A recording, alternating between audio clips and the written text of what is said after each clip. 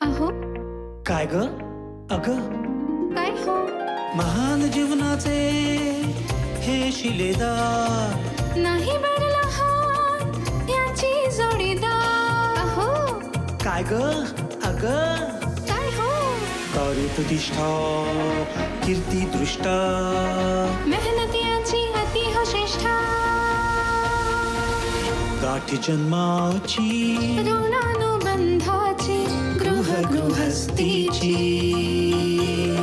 जोडी बघा हे खुलून दिसे जोडी बघा हे खुलून दिसे आमचे हे आमची आमचे हे आमचे हे आमची आमचे हे आमची. नमस्कार. सह्याद्री वाहिनीच्या सर्व रसिकांचं मी स्मिता गवाणकर मनापासून स्वागत करते. एका मानसोपचार तज्ज्ञाचं असं म्हणणं आहे की आपल्या अस्तित्वाचा उत्सव साजरा करता आला पाहिजे, कारण आपण अनमोल असतो, आपली तुलना इतरांबरोबर होऊ शकत नाही. आता आपणच आपल्याला असं म्हणून घेणं म्हणजे अहंभाव किंवा आत्मप्रौढी असल्यासारखं होतं की नाही. पण आपल्या गुणांची कदर करणारा, कौतुक करणारा किंवा आपल्या अवगुणांची योग्य ती टीका करून आपल्याला सातत्याने पुढे जा असं सांगणारा एखादा साथीदार आपल्याबरोबर असेल तर नुसतं अस्तित्वच काय, जीवनही उत्सवासारखं साजरा करता आलं पाहिजे. अशाच एकमेकांवर नितांत आदर, प्रेम असणाऱ्या दोन व्यक्तिमत्वांची सुंदर प्रेमाची ही गोष्ट. या प्रेमाच्या गोष्टीतील आमची ही आहे सुप्रसिद्ध अभिनेत्री अनिता दाते आणि आमचे हे आहेत सुप्रसिद्ध लेखक, समुपदेशक, दिग्दर्शक आणि अभिनेते चिन्मय केळकर. त्यांचं आपण स्वागत करूया. या अनिताबाई, या या या या या बाई म्हणण्या एवढा प्रवास तुझा झालेला आहे. चिन्मय, खूप खूप खूप स्वागत. महाराष्ट्राच्या सर्व रसिकांच्या वतीने तुमचं मनपूर्वक स्वागत. या प्रेमाची गोष्ट कुठून कुठेपर्यंत होती आणि कशी ती पुढे सुरू राहिली हे ऐकायची खूप इच्छा आहे. अनिता, सुरू हो जाय. मी तयार आहोत. ये बस. अभिनय आवडतच नाही असं म्हणणारी आमची अनिता नाशिक वाया पुणे मुंबई म्हणत रजतपटाची राणी म्हणून आता इथे बसलेली आहे.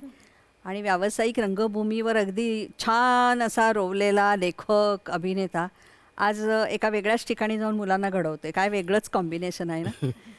मला ना हिला बघितलं किंवा हिला जे आधी ओळखत नाहीत, मी आता ओळखते, पण हिला भेटायच्या आधी पण अतिशय शिष्ट, आसपास कोणाला फिरकून न देणारी, नंतर बोलणारच नाही, नंतर असं करणारी अशी अनिता वाटते. का बरं गं अनिता? कारण मी दिसायला एक बारीक पुणेरी आहे आणि माझी बोलताना पण साधारणतः तसं मी बोलते असं लोकांना वाटतं. आणि दुसरी गोष्ट म्हणजे आता मी एका पुणेरी मुलाशी लग्न केलेलं आहे, त्यामुळे लोकांना मी वाटत असेल कदाचित, पण मी नाहीये बिलकुल. अजिबातच नाही. अतिशय बडबडी, थोडीशी स्पष्ट व्यक्ती असल्यामुळे असेल, नाही का? पुरेशी स्पष्ट व्यक्ती पण नाहीये. खरं तर मी लोकांबरोबर मैत्री करायला उत्सुक असते, त्यांच्याशी गप्पा मारते, हो बरोबर आहे, पण मला मिसळायला वेळ लागतो. त्यामुळे हा माझा दोष आहे. खरं तर मी शिष्ट वगैरे नाही. अशी कशी असेल? नाशिकच्या सुंदर पवित्र नदीचं पाणी प्यायलेली आहेस, गोदावरीच्या मुली आहोत. गोदावरीचं पाणी प्यायलेली, काठावर खेळणारी, निर्मळ निरागस आहेस, म्हणून खरं तर एवढं मोठं नाव झालेलं आहे अनिता. चिन्मय, तरीसुद्धा तू कसा प्रेमात पडलास ह्याच्या, म्हणजे अशी हिंमत कशी झाली तुझी? मला जरा प्रेमाची गोष्ट आधी कळू दे. हा, तर हिंमतच झाली खरं म्हणजे. कारण मी ललित कला केंद्रामध्ये असताना ती काही मला भेटली नाही, कारण तेव्हा ती नव्हती ललित कला केंद्रात. मी ललित कला केंद्रात पासआउट झाल्यानंतर जेव्हा वारंवार ललित कला केंद्राला भेट द्यायचो तेव्हा ती असायची, पण ती आहे हे मला कधीही जाणवलं नाही खरं तर फार पटकन. ती फार मागे असायची आणि किंवा असली तरी ती फक्त माझ्याकडे बघायची कधीतरी आणि नंतर हे कर. तर त्यावेळी ती नाटक बसवलं होतं तिने, मेड्स नावाचं, कामवाल्या बाया त्याचं हे होतं. तर ते तिने मला ऐकायला बोलवलं होतं आणि मी नंतर नाटक ते पाहायलाही गेलो. आणि ॲक्च्युली तेव्हा काही मी प्रेमात वगैरे पडलो असं मी म्हणणार नाही, पण तेव्हा मी थक्क मात्र झालो होतो. तिचं दिग्दर्शन, तिचं ते नाटक निवडण्यामागची भूमिका आणि त्याचा कॉन्फिडन्स, या सगळ्या गोष्टींनी. आणि तेव्हा तर ती आत्ता दिसतीये त्याच्या काय म्हणून निम्मीसुद्धा कॉन्फिडंट दिसायची नाही निदान. तुम्ही आत्ता जे म्हणलात तसं काही वाटायचं नाही, पण ही बोलायला पटकन उत्सुक नसावी असं मात्र वाटायचं. पण त्यामुळे त्यावेळी तेवढंच बोलणं झालं माफक, आणि मी फक्त थक्क होऊन तिला सांगितलं की हे फारच कमाल झालं आहे सगळं. आणि मग मी प्रेमात पडलो ते नंतर आम्ही सिगरेट्स नावाचं नाटक मुंबईत ती आल्यानंतर जेव्हा केलं त्याच्या रिहर्सल्सच्या दरम्यान मी प्रेमात पडलो. पण तेव्हा तिच्याबद्दलचा जो एक असा जो परकेपणाचा किंवा ही बोलेल की नाही माहिती नाही असा जो होता तो ताबडतोब गळून पडला होता. हे नक्की. बरं. त्याने त्याची कारणं सांगितलं अनिता तुझ्या प्रेमात पडण्याची. तो म्हणजे मुंबईला आला तेव्हा तो असा व्यवस्थित स्थिरावलेला होता. छान अनेक लोकांकडे तो छान काम करत होता. लेखक म्हणून त्याची सुरुवात होत होती. अभिनेता होता. तुझी प्रेमात पडण्याची किंवा त्याने दिलेल्या प्रपोजलला हो म्हणण्याची कारणं काय? एकतर चिन्मय मला नेहमीच इतरांपेक्षा वेगळा वाटत आलेला आहे. तो स्पष्ट बोलणारा होताच, पण एक हरहुन्नरी मुलगा की ज्याला कदाचित वेगवेगळ्या गोष्टींची आवड आहे. त्याला खूप माणसं जोडलेली होती चिन्मयनी. खूप लोक वेगवेगळ्या पद्धतीची त्याच्या ओळखीची होती आणि अशी त्याच्या प्रेमात पडणारी माणसं होती ती. म्हणजे तो कसाही वागला तरीही ती त्यांना नेहमीच चिन्मय जवळचा वाटायचा, त्याच्याशी बोलावंसं वाटायचं. तर एक मात्र होतं म्हणजे तो एक बारीक हट्टी होता. त्याला अनेक गोष्टींची आवड होती. तो पुस्तकही वाचायचा, तो भरपूर फिरायचा सुद्धा. अनुभव गोळा करत जाणारा हा मुलगा आहे आणि तो छान गप्पा मारतो, तो छान बोलतो आणि त्याच्या त्या बोलण्यामुळे मला तो हवासा वाटायचा की अरे त्यांनी एकदा सांगितलं ना तर ती गोष्ट तशीच्या तशी आपल्या समोर उभी राहते. तर ही काय जादू आहे या मुलामध्ये. किंवा प्रत्येकाशी बोलताना त्याचा जो अप्रोच असायचा तो ग्रहण करण्याचा असायचा. तर ह्यामुळे मला असं वाटलं की ही गंमत सगळ्यांमध्ये नसते आणि आपण एक काहीतरी सरधोपट मार्ग निवडतो आणि तेवढ्याच गप्पा मारतो, आपण तेवढंच बोलतो. पण तो तसा नव्हता. तो सगळं वेचणारा होता. म्हणून तो मला आपल्या आसपास असावा, तो जवळ असावा असं वाटलं आणि आम्ही प्रेमात पडलो. त्याच्या विचारांमध्ये आणि सांगण्यामध्ये पण इतकं स्वच्छ आहे ना, तो इतका स्पष्ट आणि इतकी क्लॅरिटी आहे ना, त्यामुळे खरंच ह्या म्हणण्याशी अगदी सहमत आहोत आम्ही. पण तुम्ही दोघंही ललितकला केंद्रातून इतकं छान दोघंही शिकलेलात, पण घरी जेव्हा सांगितलं तेव्हा काय म्हणाले की असं हे सगळं अस्थिर असलेलं क्षेत्र आहे, तुम्ही दोघंही म्हणजे बऱ्यापैकी तू जरी स्थिर झाला असेल तरीसुद्धा लग्न करण्यासाठी किंवा एक पुढे सुरू ठेवण्यासाठी सगळ्या गोष्टी लागतात. स्थिरता लागते, आर्थिक स्थैर्य लागते, मानसिक स्थैर्य लागतं. तर काय काय म्हणजे प्रतिक्रिया काय उमटल्या अनिता तुझ्या घरी?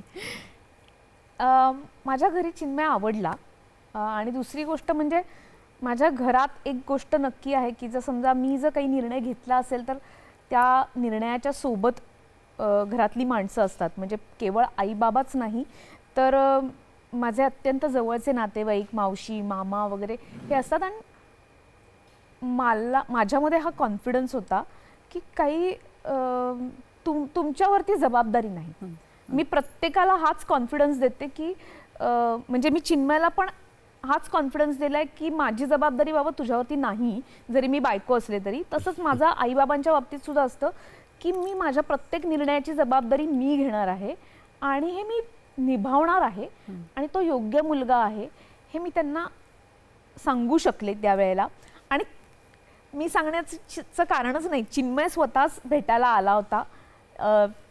तो बोलला होता आईबाबांशी, तो माझ्या मावशीशी जाऊन बोलला होता आणि त्यांना असं वाटलं की हा मुलगा योग्य आहे, स्वच्छ मुलगा आहे बेसिकली विचारांनी आणि या क्षेत्रातला आहे की जो माझ्या मुलीला समजून घेऊ शकतो.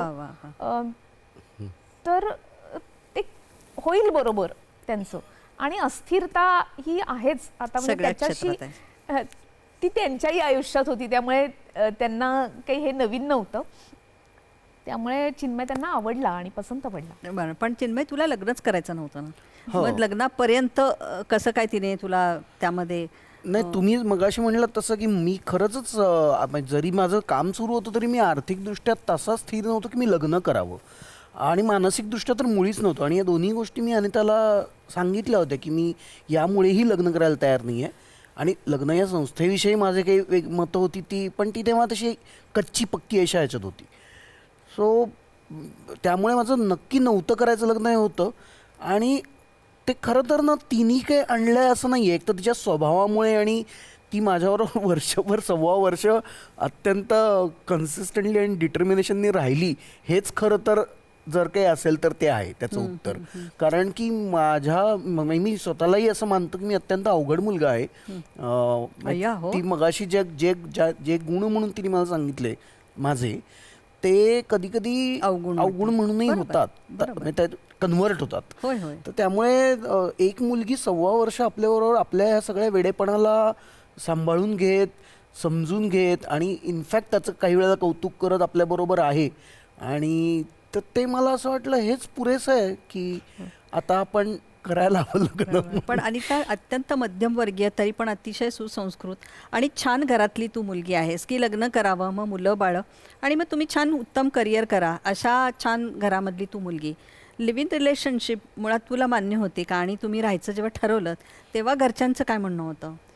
मुळात पहिलं तुझं मत सांग. मुळात मी छान घरातली आहे हे अगदी बरोबर आहे, पण मलाही लग्न करायचं नव्हतं.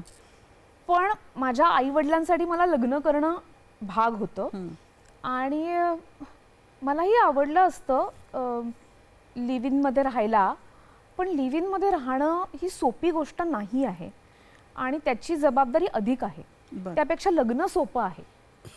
एका माणसाबरोबर लग्न करणं की आम्ही दोघं जण लग्नात आहोत तर फार गोष्टी अवघड नाही होत. मग ते कसं जगायचं त्या संदर्भातल्या टर्म्स ठरलेल्या असतील किंवा क्लॅरिटी असेल दोघांमध्ये नसेल, किंवा काही लोकांना असं वाटतं की नाहीतरी मग आमचं लग्नच झालेलं नाही आहे, मग त्या कमिटमेंट सैल होतात. तर हे सगळं मला नको होतं. मला एका मुलाबरोबर सोपं राहायचं होतं. वा वा. की आम्ही दोघं जण लग्नात आहोत, आपलं काहीतरी ठरलेलं आहे, आपण एका घरात आहोत, एकमेकांबरोबर ॲडजस्टमेंट करणं एका पॉईंटला गरजेचं आहे. जिथं नाही होत तिथे एकमेकांना सांगणं गरजेचं आहे. पण मग ठीक आहे आपलं लग्न नाही आहे मग आपण एकमेकांना सोडून देऊया, हे असं नको होतं मला. ते सोपं असतं, त्या सगळ्या गोष्टी फारच सोप्या असतात. सोडून देणं, पटत नाही आहे असं म्हणणं, पण एकमेकांबरोबर राहण्याचा निर्णय घेणं, सहजीवन नावाची गोष्ट, की मला एक मुलगा आवडलेला आहे, त्याच्यातनं 4 गोष्टी मला वेचायच्या आहेत, तर तो मला आयुष्याचा भाग म्हणून माझ्यासोबत हवा आहे. त्याचा सपोर्ट मला हवा आहे, माझा सपोर्ट त्याला हवा आहे, प्रेम हवं आहे, एकमेकांना माया हवी आहे. तर हे म्हटलं तर गरजेचं पण आहे. पण त्याचबरोबर माझं कुणाबरोबर पटेल याबद्दल मला शाश्वती नव्हती.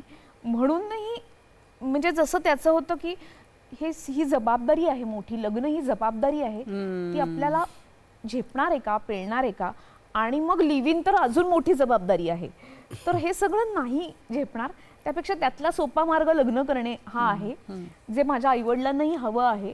कारण मी अशा समाजामध्ये राहते की जिथे कधी कधी मला विचारायला लोक नाही येणार आहेत, पण त्यांना विचारायला लोक येणार आहेत की या मुलीचं काय, मग तिचं.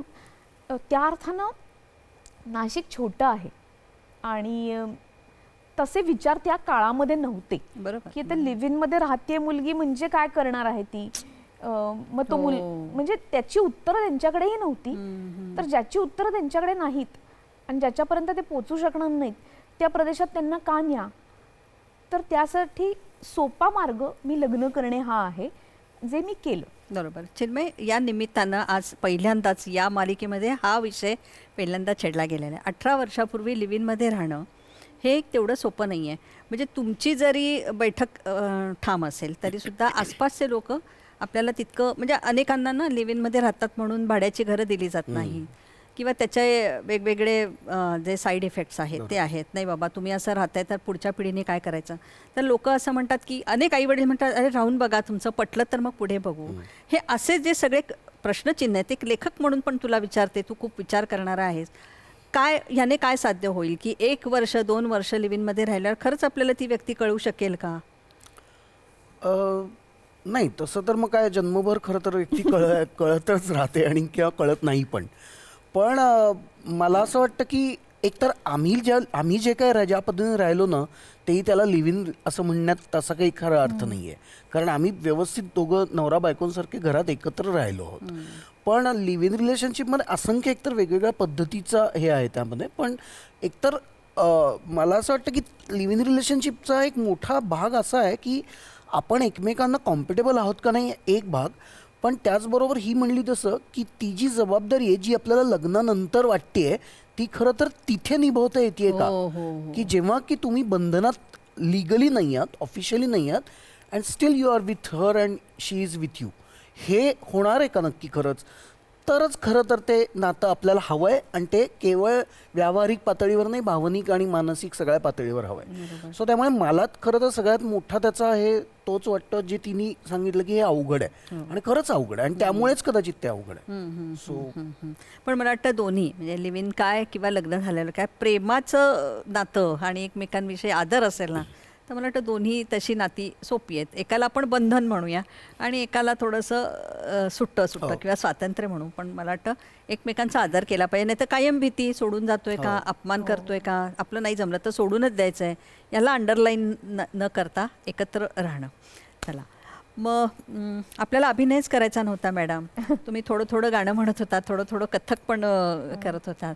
आणि खरं तर तुमचे काका उपेंद्र दाते वडील पण तुझे दिग्दर्शक वगैरे करायचे होते. मग इतकी सगळी सुंदर पार्श्वभूमी असताना आपल्याला अभिनय का करायचा नव्हता. आणि मला त्यावेळेला की असं होतं चिन्मय की अभिनय करायचा ना जाता जाता होईल की तू नाटकात काम कर किंवा एकांकिकांमध्ये कर, पण ललित कला केंद्रामध्ये तुला पाठवण्याचं मुळात कारण काय आणि तू का गेलीस?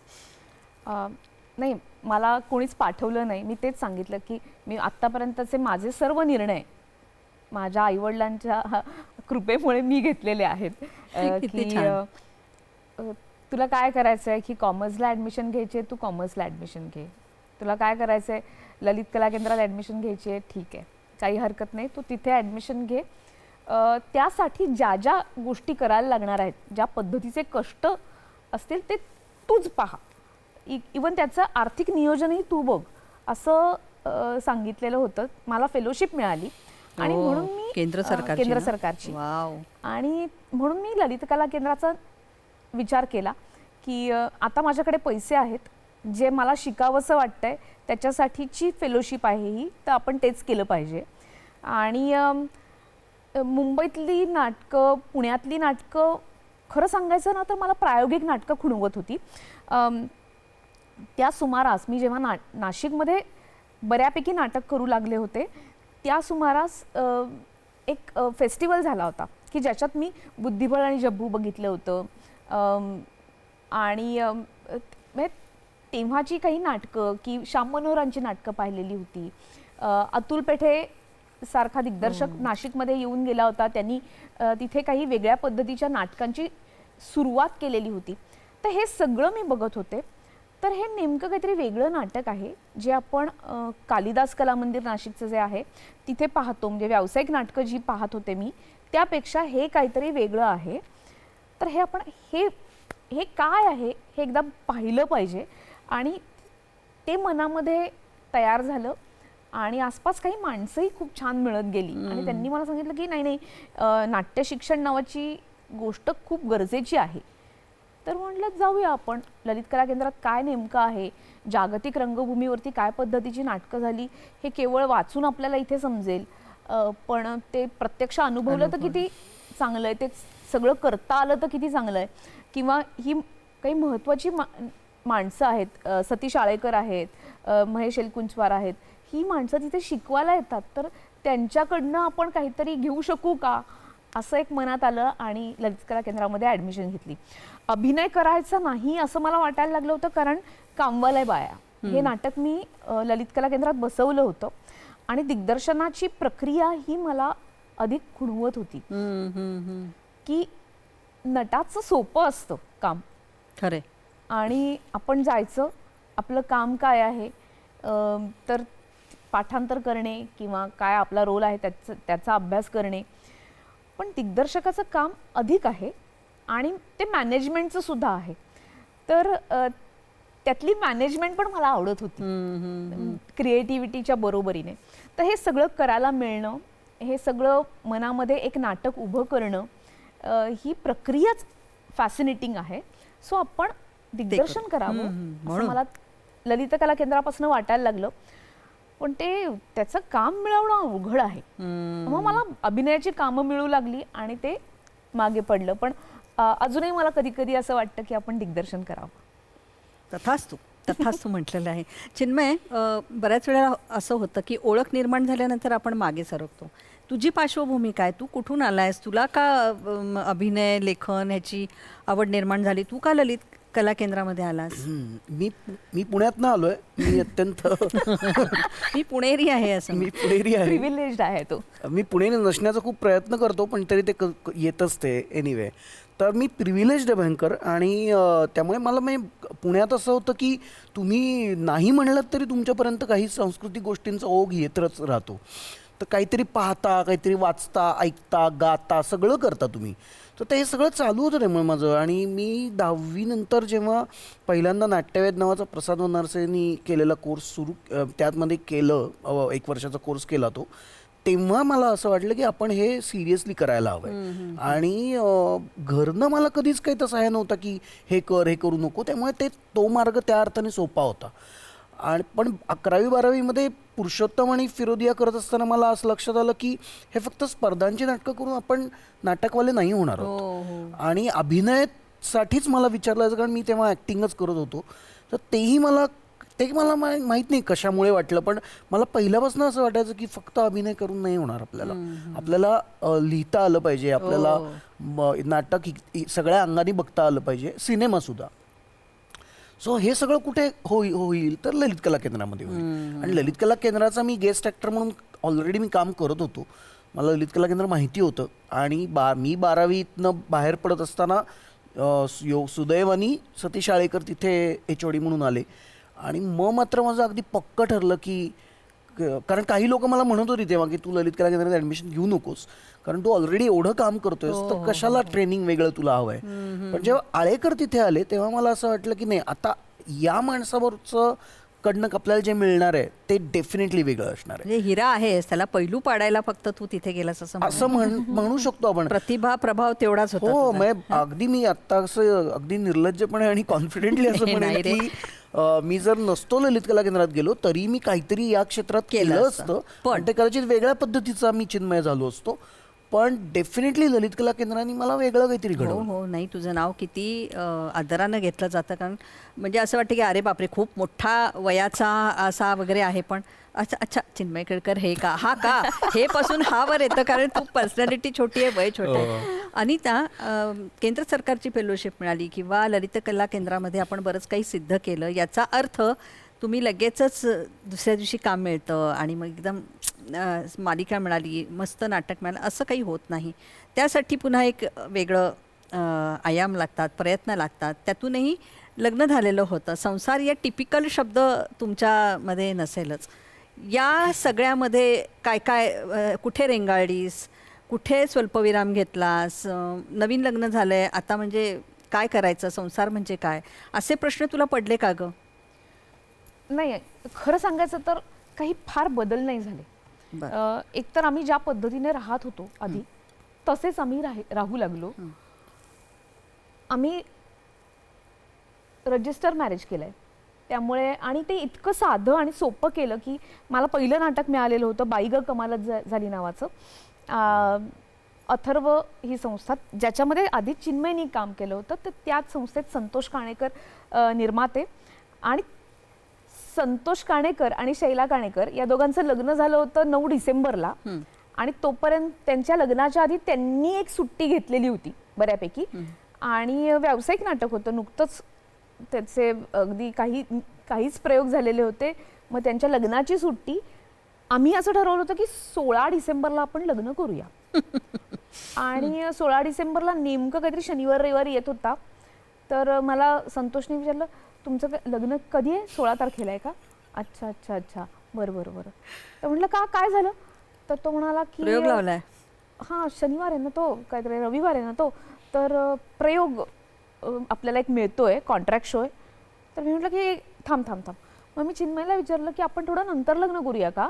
तर तो हे म्हणाला काय की, "हां, हे ठीक आहे." काय चाललंय? तर मग आम्ही असं ठरवलं की आम्ही 21 डिसेंबरला लग्न करतो. गुरुवार आहे, मधलाच वार आहे, प्रयोग नसणार आहेत आणि आपण पुण्यात जाऊन लग्न करू. सो आम्ही आमची तारीख बदलली आणि साधं लग्न होतं. त्यांनी सांगितलेलं होतं की त्याच्या घरचे 3 जण, तुझ्या घरचे 3 जण असे आपण जाऊया आणि ते लग्न करूया. फार त्याच्यामध्ये काही खर्च झाला नाही पाहिजे आणि कोणत्याही पद्धतीचा खर्च मला मान्य नाही आणि बडेजावही मान्य नाही. तर त्या पद्धतीने आम्ही जाऊन साधं लग्न केलं. आम्ही सॅग घेऊन गेलो होतो, सॅग घेऊन परत आलो लग्न करून. इतकं साधं. त्यामुळे त्या अर्थानं खूप बदल झाले नाहीत. आमचं सर्कल तेच राहिलं. याच्या घरच्यांना मी ओळखत होते आणि हा माझ्या घरच्यांना ओळखत होता आणि आमचं कंटिन्यू झालं. त्याच्यामध्ये फार काही उत्सवी काहीही झालं नाही. प्रयोग होते ते महत्त्वाचे होते, काम महत्त्वाचं होतं हे नक्की होतं.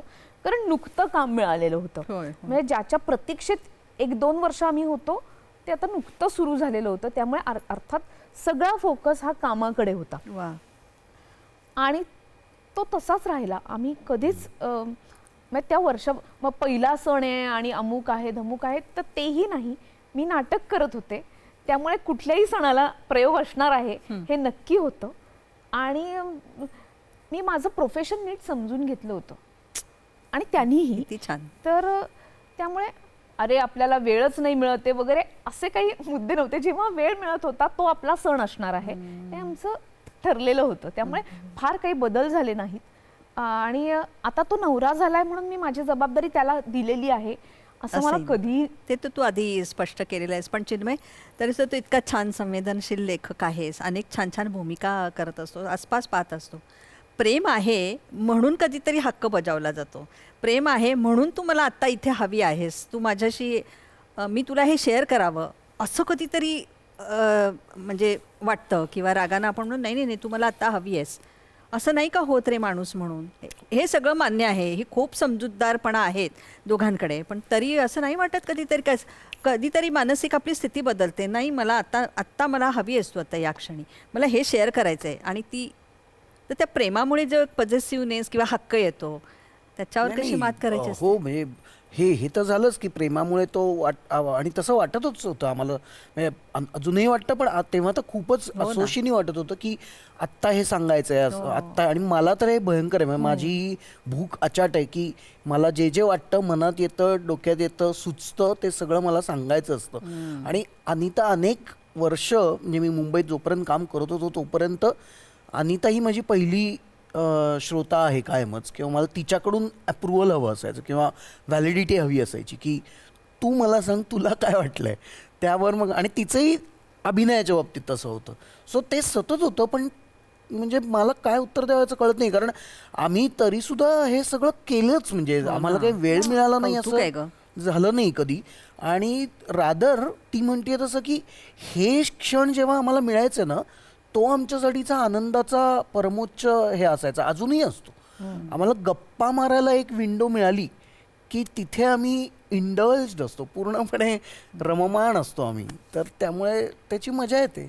आणि मे बी मी एक वेगळंच उदाहरण देईन यासाठी की इथे हे बोललेलं चालणार की ते मला माहिती नाही. चालणार बोल. हां तर ललित कला केंद्रामध्ये आम्हाला ॲनाटॉमी शिकवायला मी त्यांचं नाव विसरलो, एक डॉक्टर होते ते यायचे. डॉक्टर लागूनचे जावई होते ते, if I am not wrong. तर त्यांनी आम्हाला सरळ सांगितलं होतं की हे बघा तुम्ही व्यसनं करणार हे सरळ आहे, त्याबद्दल मी लगेच व्यसनं करूच नका वगैरे असं मी सांगू शकत नाही कारण तुम्ही ती करणार आहात. तर त्या सिगरेटबद्दल बोलताना त्यांनी सांगितलं होतं की तुम्हाला जर सिगरेट ओढायची असेल पण ती तुम्हाला आहारी जायचं नसेल त्याच्या तर तुम्ही एक महत्त्वाची गोष्ट केली पाहिजे ती म्हणजे सिगरेट ओढताना फक्त सिगरेट ओढली पाहिजे, पूर्ण लक्ष देऊन पूर्ण सिगरेट ओढली पाहिजे. जे तसं करत नाहीत ते कदाचित चेन स्मोकर होतात कारण ती तलब पूर्णच होत नाही. तुम्ही अत्यंत. आणि हे मला त्यांनी जेव्हा सांगितलं तेव्हा मला ओशो आठवले, मला दुबेजी आठवले. कारण त्यांचंही असंच सगळ्यांचं म्हणणं होतं की जे करता आहात ते अत्यंत मनापासून त्या क्षणी जर केलं तर मग ते काही हरकत नाही, ते हार्मफुल पण नसतं. तर त्याची मला आत्ता आठवण होते की हे बोलताना की त्या गप्पा मारताना मी आणि इवन अनिताही अत्यंत असे घुसलेलो असतो गप्पांमध्ये. सो त्यामुळे कदाचित असेल की जेव्हा आम्ही नसतो एकत्र तेव्हा आम्हाला त्याचं काही फार खंत किंवा अरे अरे आपल्याला वेळच मिळत नाही वगैरे असं होत नाही. कारण जेव्हा मिळतो तेव्हा आम्ही असे फारच मग्न असतो. वा वा वा, हे छान आहे ना. हे मला अगदी वेगळा अनुभव आता ऐकायला मिळतोय. आणि त्या प्रायोगिक रंगभूमीवर इतकं सुंदर काम केलेली दिग्दर्शिका म्हणून अशी म्हणजे जर चिन्मय थक्क होत असेल तर मग बाकी काय सगळं थक्कच आहे असं म्हणायला हरकत नाही. पण जेव्हा मुंबईत आलीस आणि एका एक्स्ट्रा मॅरिटियल अफेअर या विषयावर एक तू मालिका केलीस त्यावेळेला म्हणजे ती करायची की नाही म्हणजे तुला भरपूर नाव मिळालं. पण आतली अनिता जी आहे अगदी म्हणजे सशक्त अभिनेत्री आहे तिचं काय म्हणणं होतं की हे करतोय ते बरोबर आहे की नाही. आणि तुलाही तोच प्रश्न आहे की तुला आवडलं का अशा पद्धतीची भूमिका तिने करावी किंवा नाही करावी. खरं तर माझ्यासाठी हा प्रश्नच नव्हता. मला एक काम मिळणार होतं बरं, ज्याची मी अनेक दिवस अनेक वर्ष वाट बघत होते की मालिकेमध्ये मला का काम नाही मिळत. बरं. आणि मला का कन्सिडर केलं जात नाही याबद्दल मला प्रश्न होते. म्हणजे एकदा मला कळलं असतं ना की नाही तुला इथं काम मिळूच शकत नाही कारण अमुक अमुक अमुक आहे तर मी ते ॲक्सेप्ट केलं असतं. पण त्याची कारणं मला मिळत नव्हती आणि इथे मला संधी मिळत होती काम करण्याची. तर लोकांनी एकतर मला नाकारलं असतं तिथं आणि मला पुन्हा काम मिळालं नसतं. पण इथं मला संधी होती काहीतरी वेगळं करण्याची. आपला जसा चेहरा आहे तसाच चेहरा दाखवून म्हणजे त्या अर्थानं मी म्हणजे जेव्हा आम्ही मुंबईमध्ये आलो त्यावेळेस ज्या पद्धतीच्या मुलींना काम मिळत की नाक सरळ पाहिजे, डोळे असे पाहिजेत, तसे पाहिजेत, रंग अमुक अमुक पाहिजे, तर त्या सगळ्या ह्याच्यामध्ये मी तशी नाकी डोळी नीटच नाही आहे. मग मला त्यामुळे कदाचित काम मिळत नसावं. पण त्या मालिकेने मला हा कॉन्फिडन्स मिळणार होता की मी जशी आहे तसं काम मला मिळणार आहे. तर त्यामुळे त्याच्यात काहीच प्रश्न नव्हता. मला विषयामध्ये पण काही प्रॉब्लेम नव्हता आणि त्या निमित्ताने मी लोकांपर्यंत पोहोचणार होते. त्यामुळे आणि असा एक ट्रेंड सुरू झाला होता की ज्या मुली मालिकेमध्ये फेमस आहेत त्यांना नाटकात घेतलं जातं असं त्या काळात सुरू झालं होतं. त्यामुळे मालिका मिळणं गरजेचं होतं. जर समजा मी मालिकेमध्ये फेमस असेन, मी लोकांपर्यंत पोचलेले असेल तर मला नाटक करायला मिळणार आहे आई ग असं एक मला माहिती होतं. चक्र बदलत होतं थोडंच. तर म्हणून मला मालिका हवीच होती. त्यामुळे कुठलाही विषय असला आणि काही पद्धतीचं कॅरेक्टर असलं तरी ते मी करणार आहे मला माहिती होतं. आणि चिन्मय तुझं काय म्हणणं होतं. म्हणजे अर्थातच आता ते एक स्वतंत्र व्यक्तिमत्व त्याच्या पाठीमागची एवढी मोठी पार्श्वभूमी खरंच मला माहिती नव्हतं.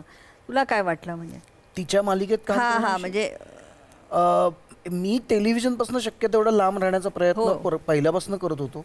त्यामुळे पण मला एवढं नक्की तेव्हाही मला आठवतंय की मी एक तर तिला ज्या पद्धतीचं काम करायचं होतं ते तसं तिला मिळत होतं याचा मला आनंद झाला. आणि परत तिथेही मला थक्क करणाराच अनुभव आला आहे की तिच्या अनेक वेळा तिने बोलली होती ती आणि पण म्हणून कुठली वकवक नव्हती, काही वसवस नव्हती.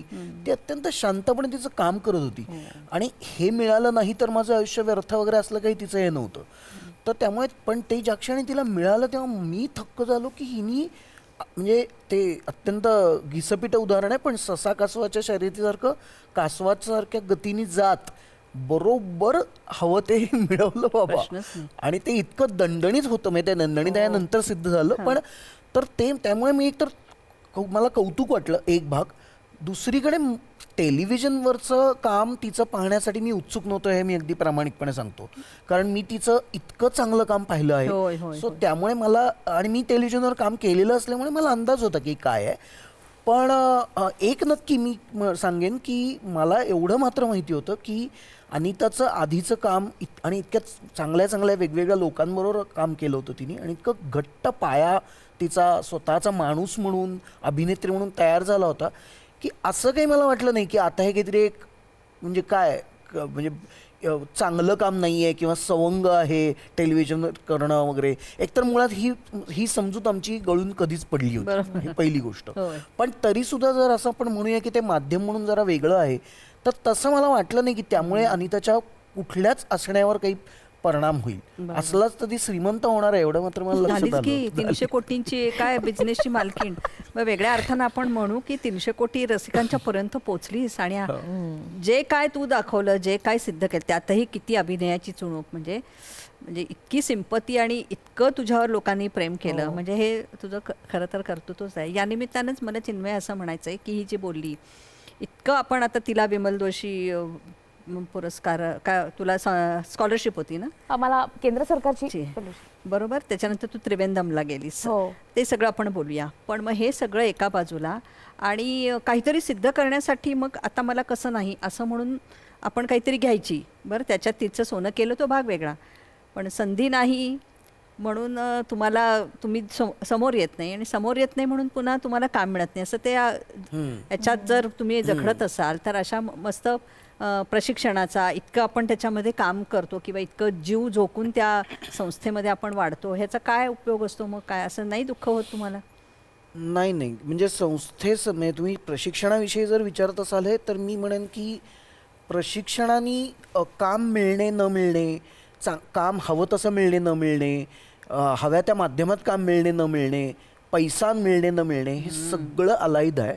मला असं वाटतं की प्रशिक्षणामुळे काय तयार होत असेल तर, आणि विशेषतः ललित कला केंद्रासारख्या संस्थेतनं किंवा खरं तर कुठल्याही संस्थेतनं, ते म्हणजे विजन. तुम्हाला तुमची विजन तयार होते आणि तुमची इन्साईट तयार होते, तुमची गोष्टींकडे बघण्याचा दृष्टिकोन तयार होतो आणि तसा दृष्टिकोन ठेवायचा असतो. आणि तो म्हणजे एखादी गोष्ट आहे तर तिला मागून पुढून वरून खालून सगळ्या बाजूनी बघण्याची ताकद मला जर कोणी देत असेल तर ते मला प्रशिक्षण देतं. सो आणि हे कुठल्याही खरं तर संस्थेसाठी असतं. आणि पुन्हा ते आहेच की प्रत्येक संस्थेमध्ये मी काय घेतो हा खरं तर सगळ्यात महत्त्वाचा भाग असतो.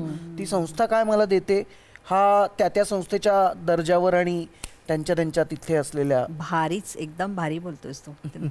पण अनिता, तुमचा का खो खो सुरू असतो की तो इकडे व्यावसायिक म्हणून एस्टॅब्लिश होत होता, तो पुन्हा प्रायोगिककडे वळला आणि तू पुन्हा मुंबईत राहिलीस, तो परत पुण्यात गेला. तुम्ही भेटता कधी? आत्ता भेटलोय ना आम्ही. किती महिन्यांनी? नाही महिन्यांनी नाही, आम्ही असे फ्रिक्वेंटली भेटत असतो. किंवा त्याला सुट्टी मिळाली तर तो मी जिथे असते तिथे येत असतो, किंवा मला जर समजा वेळ मिळाला तर मी तो जिथे आहे तिथे जात असते. त्यामुळे आम्ही भेटत असतो. आणि तसंही मुंबईसारख्या ठिकाणी राहून कधी माणसं कुणाला भेटतात असा मला प्रश्न पडतो. तर ज्या वेळेला आम्ही एकत्र सतत होतो आणि मी मालिका करत होते, तर मी गोरेगावातनं ठाण्याला शूटिंगसाठी जायचे आणि शूटिंग 13-14 तासांचं संपवून मी पुन्हा ट्रॅव्हल करत घरी यायचे. त्यावेळेस ऑलमोस्ट झोपायची वेळ झालेली असायची आणि निघताना आम्ही जस्ट उठलेले असायचो. तर त्यावेळेस माझ्यामध्ये आम्ही खूप अधिक वेळ काढायचो, कारण मी आल्यानंतर आम्ही दोघंजणं एकत्र बसून कॉफी प्यायचो, तेव्हा गप्पा मारायचो. आणि सकाळी निघण्याच्या आधी सकाळी उठून हा चहा करायचा, तेव्हा गप्पा मारायचो. माझ्यामध्ये तो अधिक काळ आपण एकत्र, म्हणजे जेव्हा मी अधिक बिझी होते तेव्हा आम्ही अधिक एकत्र होतो. तर मुंबईसारख्या ठिकाणी खूप अवघड आहे एकमेकांच्या सोबत असणं. म्हणजे एका माणसाला आपण पाहतो एवढंच काय ते, पण त्यापेक्षा आता तो आणि आम्ही वेगवेगळ्या गावांमध्ये राहतोय आणि जेव्हा सुट्टीच्या दिवशी एकत्र असतो तेव्हा आम्ही अधिक तास एकत्र असतो. तर त्यामुळे आम्ही भेटतो, एकमेकांची गप्पा मारतो. वाईट आहे पण आम्ही फोनवरती पण बोलतो आणि गप्पा मारतो. क्वालिटी टाईम महत्त्वाचा आहे. पण तुम्ही दोघंही कलाकार आहात. तू उत्तम लेखक आहेस, दिग्दर्शक आहे. मगाशी मी समुपदेशक या अर्थानं म्हटलं कारण तू मुलं घडवतोस वेगळ्या पद्धतीने छान. म्हणजे आज नगरमध्ये ना तूही कलाकार आहेस. दोघांचं एकमेकांविषयी असलेलं असोसिएशन तर मला कळलंच, पण वेगवेगळ्या अवस्था असतात, वेगवेगळ्या शांततेची गरज असतं. कसं तुम्ही एकमेकांना सांभाळता गं अनिता? त्यातूनही लांब असता तुम्ही. जरी तू म्हणालीस मी फोनवर बोलतो हे करतो, तरी पण एकमेकांजवळ असणं, तेव्हा गप्पा मारणं आणि फोनवर गप्पा मारणं आणि आपल्या चिंता किंवा टेन्शन्स एकमेकांना सांगणं, कसं सांभाळता दोघं? 18 वर्ष झाली हा लग्नाला. मस्त. तर मला मुख्य असं वाटतं की तूही सांग नाही, तू पण सांग. लेखक बोला आधी. मला मुख्य असं वाटतं की आम्ही ना पहिल्यापासून म्हणजे लग्न आमचं ठरलं आणि आम्ही प्रेमात पडलो त्याच्याही आधीपासून खरं तर आम्ही मित्र चांगले होत गेलो होतो. आणि पक्के पक्के पक्के होत गेलो होतो. आणि त्यात अनेक वेळा अतिशय काय म्हणू त्याला असं कठीण काळ आली. म्हणजे कठीण या अर्थाने की आम्हाला मधल्या एका काळात तर आम्ही दोघं बसून एकमेकांना म्हणलं होतं की आपल्याला आता आपल्या आसपास अगदी आपले म्हणावे आणि सगळं काही शेअर करता यावं, सगळं भांडता यावं, चुका काढता याव्या असे मित्र काही राहिलेले नाही आहेत. तर त्याच्यात आपणच दोघं आहोत एकमेकांना मित्र. सो हे मित्रत्वाचं जे नातं होतं ना ते कायम राहिलं. म्हणजे त्याचा बॅकड्रॉप आम्ही कायम तसाच राहिलेला आहे आमचा. तर त्यामुळे कदाचित हे असेल की आम्ही जेव्हा केव्हा जे काही बोलतो, मी मगाशी म्हटलं जसं की त्यामुळे तल्लीन असतो, मग्न असतो, आजही एकमेकांना व्हॅलिडेशन एकमेकांचं घेत असतो, देत असतो. सो तो मित्र असण्याचा आणि ती मैत्री फारच घट्ट असण्याचा तो किती छान भाग आहे असं मला आपल्या मुख्यतः कार्यक्रमाचा मूळ उद्देशच इथे सफल झाला. आणि तर तू तेव्हा त्रिवेंद्रमला गेलीस, चिन्मय घरी आहे, आई बाबा, त्याचे आई बाबा सगळं सोडून जेव्हा जातो तेव्हा आपलं खऱ्या अर्थाने आत्मचिंतन होतं का गं? हो, अर्थात. मी याच्यावर इतकी कम्फर्टेबल आहे की, आणि तोही की मी बाहेर असणं, मी काहीतरी शिकणं, आणि तरी तो त्याला त्याच्याबद्दल म्हणजे अरे तू आता 2 महिने नसणारच आहे, तू 3 महिने नसणारच आहे, किंवा तू आता इतके दिवसच नसणार आहे, याबद्दल त्याला फार त्रास नाही होत आणि तो मॅनेज करतो त्याचं. त्यामुळे मी खरंच त्या ठिकाणी माझी असू शकते आणि तो सुद्धा. रादर ही सवय त्यांनीच मला लावलेली आहे असं म्हणायला हरकत नाही. मी ज्या फॅमिलीतनं आलेले आहे त्या कुटुंबामध्ये असं आहे ना, एकमेकांच्या संपर्कात राहणे, एकमेकांबद्दल सातत्याने काळजी करणे, किंवा या पद्धतीचं आहे की ते माझ्या कुटुंबात आजही जपलं जातं. आई बाबा मला विचारतात कुठे पोचली, किंवा मी सांगते मी घरातनं निघाले आणि अमुक ठिकाणी पोचले, मी आता अमुक वेळेला येईन. पण हीच गोष्ट मला चिन्मयबरोबर करण्याची वेळ येत नाही कधीच, कारण त्याला माहिती असतं की ती तिच्या कुठल्या तरी गोष्टीमध्ये आहे, विश्वामध्ये आहे, तो मला कधीही डिस्टर्ब करत नाही. आणि मी आता हे शिकले आहे, याची मला प्रॅक्टिस नव्हती की त्याला त्यावेळेला डिस्टर्ब करायचं नसतं. त्यामुळे आम्ही ज्या ठिकाणी आहोत त्या ठिकाणी खरंच आत्मचिंतन करू शकतो, वेगळ्या माणसांना भेटू शकतो आणि त्यांच्याकडनं काहीतरी घेऊ शकतो. नाहीतर मी जर केवळ माझ्याच कुटुंबातनं आलेली अनिता राहिले असते तर मी घरच्या काळज्या करत बसले असते. आणि मग तू आज भाजी आणली का, मग तू आज काय जेवलास, तर मी नाही त्याला विचारत तू जेवलास की नाही. आणि मला असं वाटतं की 45 वर्षाचा माणूस आहे हा, त्यांनी त्याचं बघणं गरजेचं आहे. तू जेवलायस की नाही, तर त्यांनी त्या अमुक वेळेला जेवणं गरजेचं आहे आणि योग्य जेवणं गरजेचं आहे. आता हे कुठे मी सांगत बसू त्याला. आणि हे जर करणं म्हणजे संसार असेल तर मग ते फार बोर आहे. मला ह्याला जोडून एक छोटं सांगावं असं वाटतंय की आम्हाला दोघांनी ना पहिल्यापासून असं ती म्हणली तसं की एकमेकांना आम्ही सवयी लावत गेलो या की आपली सपोर्ट सिस्टीम ही फक्त एका संकुचित त्याच्यापुरती नसावी, ती फार पसरलेली आणि जागोजागी असायला हवी. आणि ती मी तयार करतो नेहमीच, तिलाही बहुधा त्याची सवय लागली आणि किंवा ती आधीपासून असेल, मला तर आठवत नाही इतकं. पण आम्ही याच्यावर विश्वास ठेवतो की आपल्या सपोर्ट सिस्टीम्स वेगवेगळ्या ठिकाणी वेगवेगळ्या असतात. सारखे आपणच एकमेकांचे सपोर्ट असू तर ते काही फारसं ते मोनोटोनस आहे अतिशय. आणि त्याचा कंटाळाही येऊ शकतो, अगदी कंटाळा. कारण अगदी कामात असलेले व्यक्ती जेवलास का म्हटलं ते गॅप होऊ शकतं. एक्झॅक्टली. आणि त्यांनी मला तर स्वतःला असं नक्की वाटतं की माणूस म्हणून ग्रो व्हायला जरा मदत पण होते. कारण नाहीतर मग मी अवलंबून आहे आणि हे करणार आहे असं म्हणजे टेकन फॉर ग्रांटेड घेणं पण आणि अवलंबून राहणं पण, हे दोन्हीही घडतं. तर चिन्मय, तू जो आधी होतास अनिताच्या प्रेमात पडायच्या आधीचा जो चिन्मय होता, स्वच्छंद, थोडासा बेदरकार, असं तू म्हणालास की फार जगाची चिंता नाही आहे, तो अनिता भेटल्यानंतर, प्रेमात पडल्यानंतर, लिव्ह ते लग्न आणि आत्तापर्यंत जी मुलगी अय्यासारखा चित्रपट करते, नंतर जारणसारखा चित्रपट धुमाकूळ धुमाकूळ म्हणजे बापरे, अनिताला भेटायचंच नाही असं मला वाटलं होतं. अशी करून हे सगळं आता तिथून तिचा पुढचा सगळा प्रवास सुरू आहे. त्याच्यामध्ये तुझ्या अस्तित्वामध्ये खूप बदल झाले असं वाटलं? तिच्या येण्याने, तुमच्या एकंदरीत सहजीवनामुळे? नाही नाही, खूप बदल नाही झाले. नाही झाला? पण तिच्या येण्याने डेफिनेटली बदल माझ्यात नक्की झाले. फक्त तो अत्यंत स्लो झाला. म्हणजे आत्ता काहीतरी घडलं आणि पुढच्या वर्षी मी बदललोय असं घडलं नाही. माझं वयही त्यासाठी थोडंसं पुढे जावं लागलं, माझे अनुभवही जास्त हे झाले. पण डेफिनेटली मी एकतर मुळात भयानक शॉर्ट टेम्पर्ड मुलगा आहे. मला अतिशय लवकर राग येतो. छोट्या छोट्या गोष्टींना येत, पण म्हणजे अगदी खरं सांगायचं तर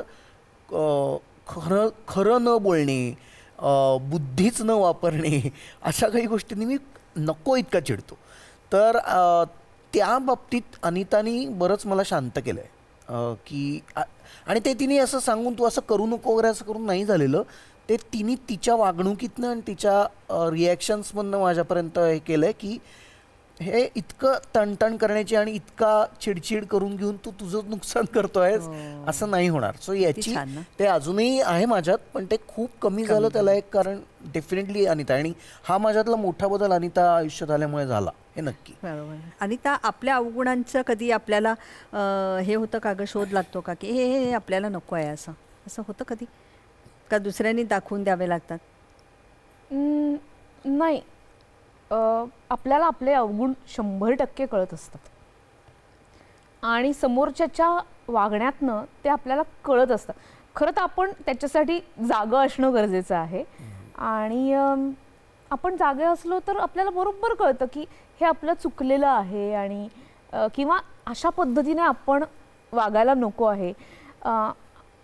सहानुभूती असली पाहिजे, आपल्याला एम्पथी असली पाहिजे. अनेक गोष्टींबद्दल जगाकडे बघण्याचा आपला दृष्टिकोन वेगळा असला पाहिजे. वेगळा म्हणजे काहीतरी जगाकडे आपण पाहत राहिलं पाहिजे की ह्यातनं आपण काय निवडू शकतो. अगदी तुला सांगते की छोट्या छोट्या गोष्टी असतात की रंगसंगती ही गोष्ट आपल्याला कोणी शिकवत नाही त्या अर्थानं, पण आपण पाहत जातो आणि एक सौंदर्य दृष्टी येऊ लागते.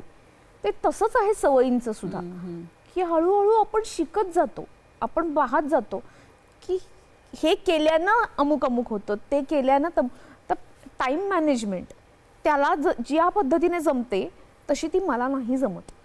पण मग मला जमत नाही यासाठी मी सातत्याने स्वतःला त्रास नाही देत. तर त्याची कारणं पण काहीतरी अलीकडे पलीकडे असतात. तर ती काय आहेत, तर त्या कारणांना केवळ गोंजारत न बसता आपण ह्यानंतर काय करू शकतो ह्याचा विचार करणे. सतत नाही, पण पुढच्या वेळेस आपण अमुक अमुक करू.